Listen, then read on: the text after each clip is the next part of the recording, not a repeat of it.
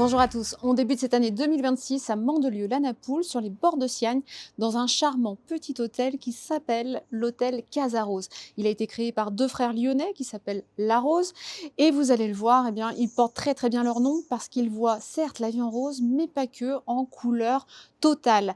On a du pastel, c'est coloré, c'est frais, leur emblème le flamant rose, je vous invite à le découvrir tout de suite. Si on est venu au Casa Rose, ce n'est pas uniquement pour profiter de la salle de fitness et de la piscine. Rassurez-vous, pour le fitness, en ce qui me concerne, c'est mort.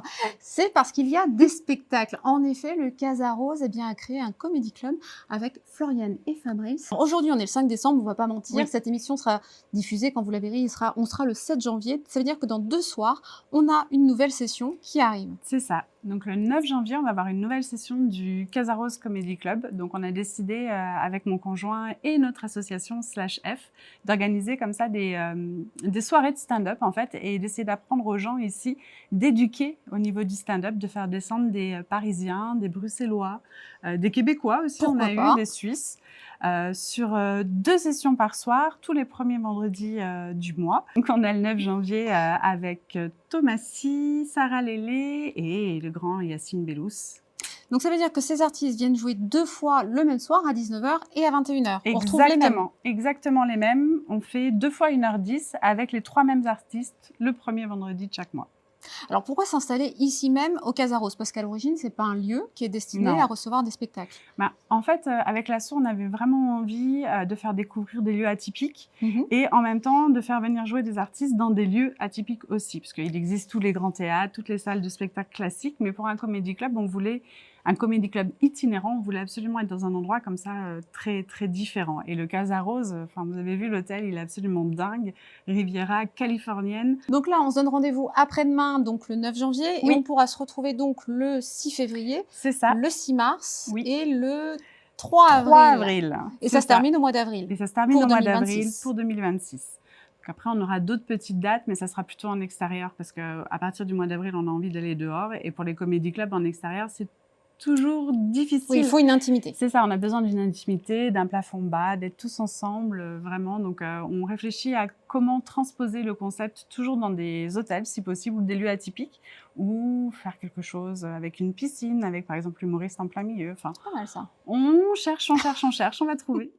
On reste dans l'humour et dans l'itinérance avec les Plages du Rire. En effet, ce festival que vous connaissez depuis plus d'une décennie, qui se déroulait en plein été pendant 3 jours sur le bord de mer, sur la promenade des Anglais à Nice, se balade maintenant un petit peu dans toute la métropole. On les retrouve entre autres à Nice, à Pégoma ou encore à Cannes, avec dès le 17 janvier Thomas Angelvi, Nicolas Lacroix, Laurent Barra, Guillaume ou encore Tom Baldetti. Pour retrouver tout le programme imaginé par Directo Productions, je vous invite à retrouver le site internet lesplagesdurire.com.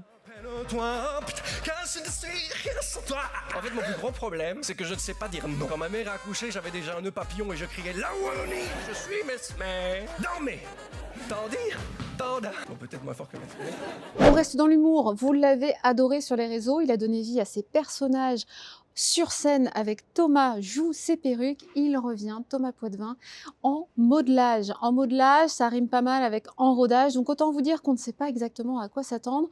Ce dont on est à peu près certain, c'est qu'il aura toujours cet œil assez satirique sur l'actualité, à travers une galerie de personnages, un peu doudingues, un peu farfelus, un petit peu névrosés quand même, mais en tout cas terriblement attachant. On le retrouve sur scène dans la région, dans 3 salles différentes. Le 15 janvier au Pradé, à l'Espace des Arts, le 16 janvier à Draguignan au Théâtre de l'Esplanade où il était déjà venu il y a quelques années et le 17 janvier à Nice au Théâtre de la Cité. Vous avez le droit de chercher, oui, c'est très important. Mais à un moment, c'est pas mal de trouver aussi quand on joue le lendemain. Pourquoi t'as besoin de chat? Tu reçois? Ben oui, eh oui. Tu reçois qui? Eh ben, figure-toi qu'on enterre Philippe chez moi. Voilà.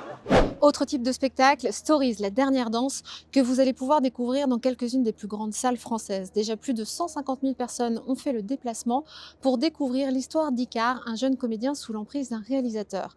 Le spectacle, c'est un spectacle de claquettes, mais version urbaine. Il a été imaginé par Romain Rachine Borgeaud, un chorégraphe qui a décidé de mêler rap, pop, jazz, comédie, chant, danse, tous les arts se retrouvent dans ce spectacle que vous allez pouvoir applaudir le 24 janvier au Zénith de Toulouse. Toulon et le lendemain, le 25 janvier, à Nice, au Palais Nicaïa. The job done, we make the world run. Who knows when the sun will drop? As long as we get up, as long as our lives aren't gone. Each day we get the job done. We get our hearts sprung. Who knows where the sun. On part au théâtre avec Sa patine à Tokyo, une pièce avec deux personnages, deux personnalités que vous connaissez très bien. Nelson Montfort et Philippe Candeloro vont en effet pour la toute première fois se retrouver ensemble sur les planches. L'un est sportif et l'autre commentateur. Dans la pièce qu'ils vont jouer, Sa patine à Tokyo taillée sur mesure pour eux, ils vont incarner leur propre rôle et tous les deux vont devoir aller animer la finale des JO de patinage.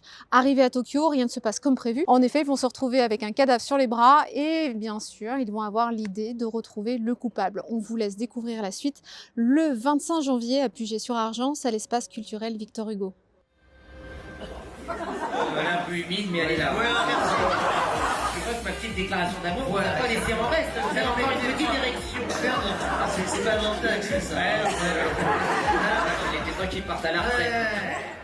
On reste au théâtre avec le Spoons de Marcel Pagnol. Il a été très peu monté, c'est effectivement l'adaptation de son fameux film. À l'intérieur, on va retrouver le personnage principal, le Spoons, incarné par Arthur Caccia, qu'on a eu la chance de rencontrer avec le reste de sa troupe au Théâtre Aldez cet été. On y retrouve la véritable histoire qu'on connaît tous, celle de ce jeune épicier qui vit dans un petit village du sud de la France, qui rêve de devenir comédien, qui honnêtement n'a pas grande chance de le devenir et qui voit débarquer un plateau de tournage dans son village.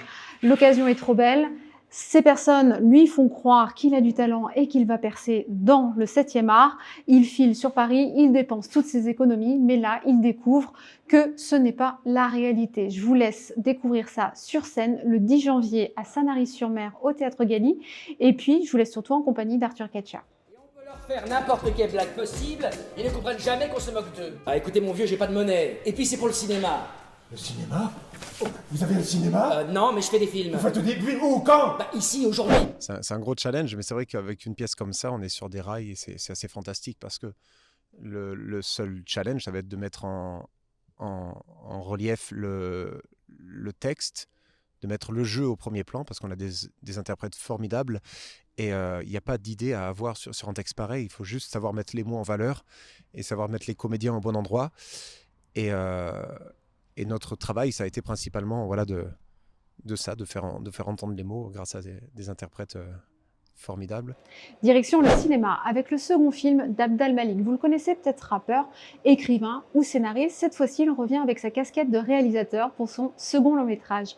Ça sortira le 14 janvier. On a pu en discuter avec lui pendant le festival Ciné-Roman au Negresco à Nice il y a quelques semaines de cela. Elle s'intitule Furcy, né libre.